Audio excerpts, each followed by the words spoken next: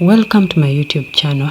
This is Farm Round. Consider subscribing if you are new to this channel and tap on that notification bell to get notified on each and every new video we upload. She is Barbara Boyinza, a dairy goat farmer. She left her job to deal in farming. Currently, she is not regretting. Let's hear from her.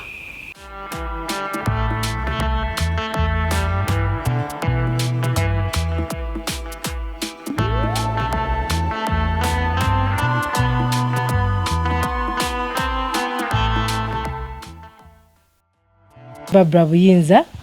I had to quit my office job to just come and do this, and it is worth it for me. I got 10 females from South Africa. Then I got 15 males from South Africa. So we're working with the Wakiso district. They selected a number of farmers in groups of 15 families or farmers. Nga balina bawa embuzi ezaffe wano eziyinza okulinnyirwa zino embuzi ennume eziva South Africa okukyusaamu olulyo, because nga bwe kugambye earlier, our biggest challenge were the males. So when they brought those males, we gave away in those different groups. Each group got a male so they can improve on their females. So how am I benefiting from these goats? Number one, as a farmer, one of the things why I went into these dairy goats, so that I can get an income every day. These goats, when they came in, they were milking. I was milking about 1.5 liters from each one of them.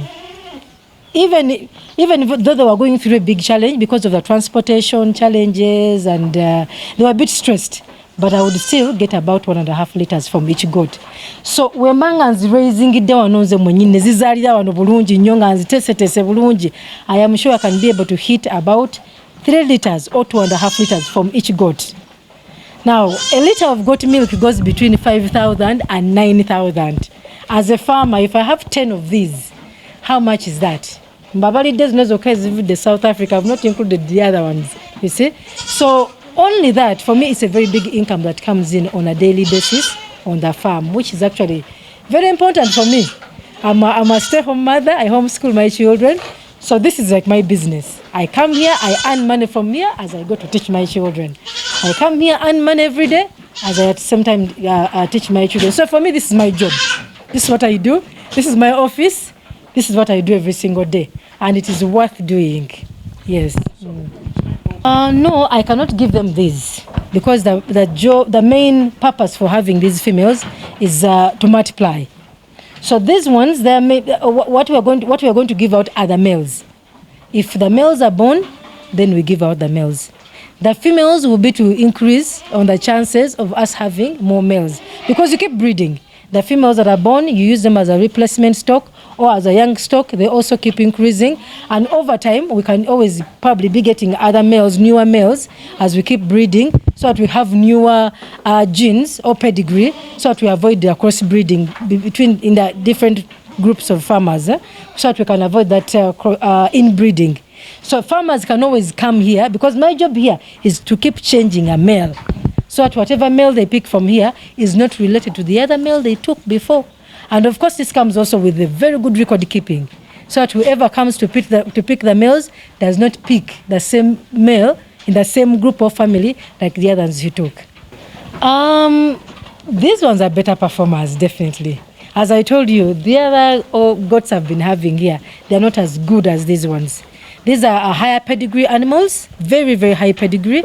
The other ones, some of them are crosses. Some of them can give you about 1.5 liters, but these ones are better milkers because of the high pedigree. They were worth it. They were really worth it because they are very heavy milkers and they have a very high pedigree. No, the truth is, dairy goats have their own challenges.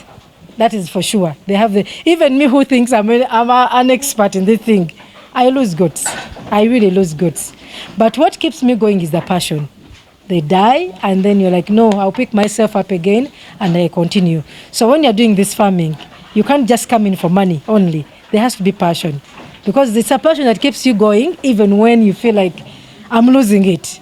It's a passion that keeps me working. It keeps me waking up early in the morning to come and check on my goats. Even in the middle of the night, I can be here because of the passion that I have for them. But it's true, they have their own challenges, especially the Sannens are a bit delicate. They don't get very big. Someone might want to look at a very huge animal like the savannas and boas. No. Just like any other animal that gives milk, they do not get that big, really. But the most important thing is for you to make sure they are eating well and they are able to, as they give out the milk, they are able to replenish their needs. That's the most important thing. And then you definitely need to have the knowledge. That is very important. You need to have the knowledge to be able to do this. Otherwise, if you come into this business excited and you don't have the knowledge, you will lose it. Because they have their challenging bit. Number one, move around. Get the knowledge. Get someone who has knowledge about this for you to be able to get into it.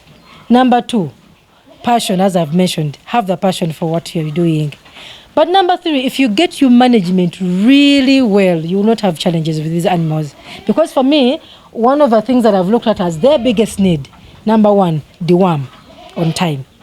Number two, feed them really well and then have a good structure. That is it. I wouldn't want, you see, these animals, even if you picked an animal from here that is giving you about 3 liters and you take it to someone else's farm with the poor management, it will start giving you 1 cup or even less. So the most important thing is the management. The farmer has to be empowered with the knowledge on how to manage this animal. They are easy to manage if you have the knowledge, especially in the area of management. But if you do not have the knowledge in management, you will fail.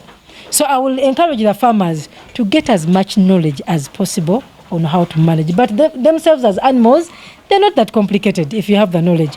But also, it's a very, I would say, lucrative business.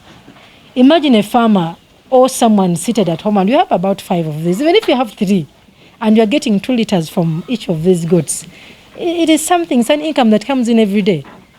Imagine if you're getting, like even if it's 30,000 or 20,000 per day from your 3, 4, 5 goats, I think that is good income for an ordinary farmer, really.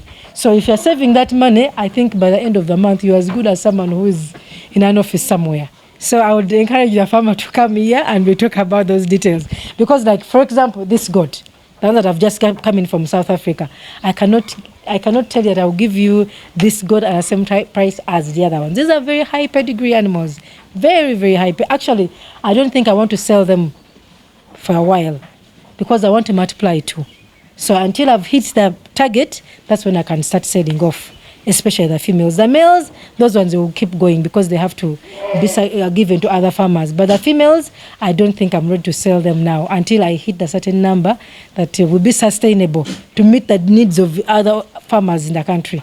Now, I have farmers that have taken 13 of those goats because I had to remain with the 2 as a breeder. 13 are out. 11 are already out. So I stayed there with the other animal, the other male for breeding here. And they have the males right now, but they don't have the females. So that's where the government needs to come in and help them. Because the other thing we are looking at, in the future, we want to help these farmers, especially because most of the farmers are around me. The groups they have formed, they are kind of around me, they are closer. Chiwenda, Wakiso, Busukuma, they're a bit around. So those farmers, after some time, they can bring the milk here for sale or for value addition. Because the market we have for cheese, we can make yogurt. Even people are just buying the milk for their use. So one of the biggest targets we are looking at is in the future, we want to set up a small cottage industry here. Because all those farmers around me can always bring the milk here. And that milk can be processed and then we can sell it. Because the other challenge the farmers, why they drop out of this business, is where to sell the milk. A farmer can have his 5 liters every day and he doesn't have where to sell the milk. But when you put the aspect of value addition, then every farmer will be excited. They will get into the business because they know there's a market for their milk. And they can rear their goats, they can produce the milk and sell it here while we make the cheese, we make the yogurt, and then the farmers will be happy, definitely. They'll be very happy. So we are thinking if the government can reach out to those different groups that have gotten those males, the South African males, and give them females. in the next few years we will have a lot of milk here, and I'm sure we will be able to improve the dairy goat sector in Uganda here, which is very small now and struggling a lot. So if we can be able to give those farmers these goats and cross them with these males, then in the next many years I'm sure we'll be able to perform way much better. I had to quit my office job to just come and do this, and it is worth it for me. In fact, when they gave me these dairy goats, bankoledde nnyo kubanga bantadde ate ku mutindo omulala gwesitabaddeeko buli omu ajja kujja ano nga anoonya zino embuzi, and they get very huge. It's just that right now they are adjusting to the weather, they are adjusting to food and all that, but I'm sure after a while these animals are going to be very huge, and by the time they give birth next time, you see that this animal is in 65-70 kgs, which is really huge. It's not the same with some of these ones that we have here.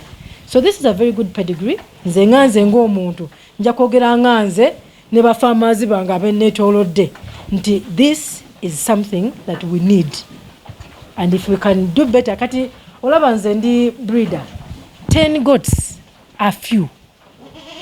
It will take me a longer time to hit the need for all the different farmers, embuzi zebaagala, because usually like in a year, in 1.5 years ojja kuzaazamu omulundi ng'ebiri kubanga they are milking goats. Kati depends on the demand from other farmers who need the males, ojja kusanga you're not able to meet the demand. You only have 10. So if you do 50-50, noga nti bazikuwadde 5 males, 5 females, that means you maybe have like 10 males a year, which is really little compared to the need. But if I had like maybe 50 of these animals, then that's a very big game changer. You'll be able to produce about 50 or 100 males for the different farmers in the country. So the need is there. If we can get more of these goats, me, I'm committed to raising them for the different farmers, because my job is to be able to raise them for the farmers, and I'm committed to do that. My only need is to have more of these animals so that I can be able to raise them for the farmers. For passion, or you're paid to raise? No, by the way, the only thing I got from, I've not received not even a single shilling from the government to raise these goats. The only thing I got are my 10 goats and the males. I gave away the other males to the different farmers, and I stayed with my 2 males for breeding. I do everything myself, from feeding them to the veterinary costs, everything, management. I'm the one who's putting in. I've never gotten even a single coin from government to manage them. So the passion, I guess, gets me going. Of course, sometimes it gets rough, but the passion keeps me going. And I'm passionate about what I'm doing. Yes.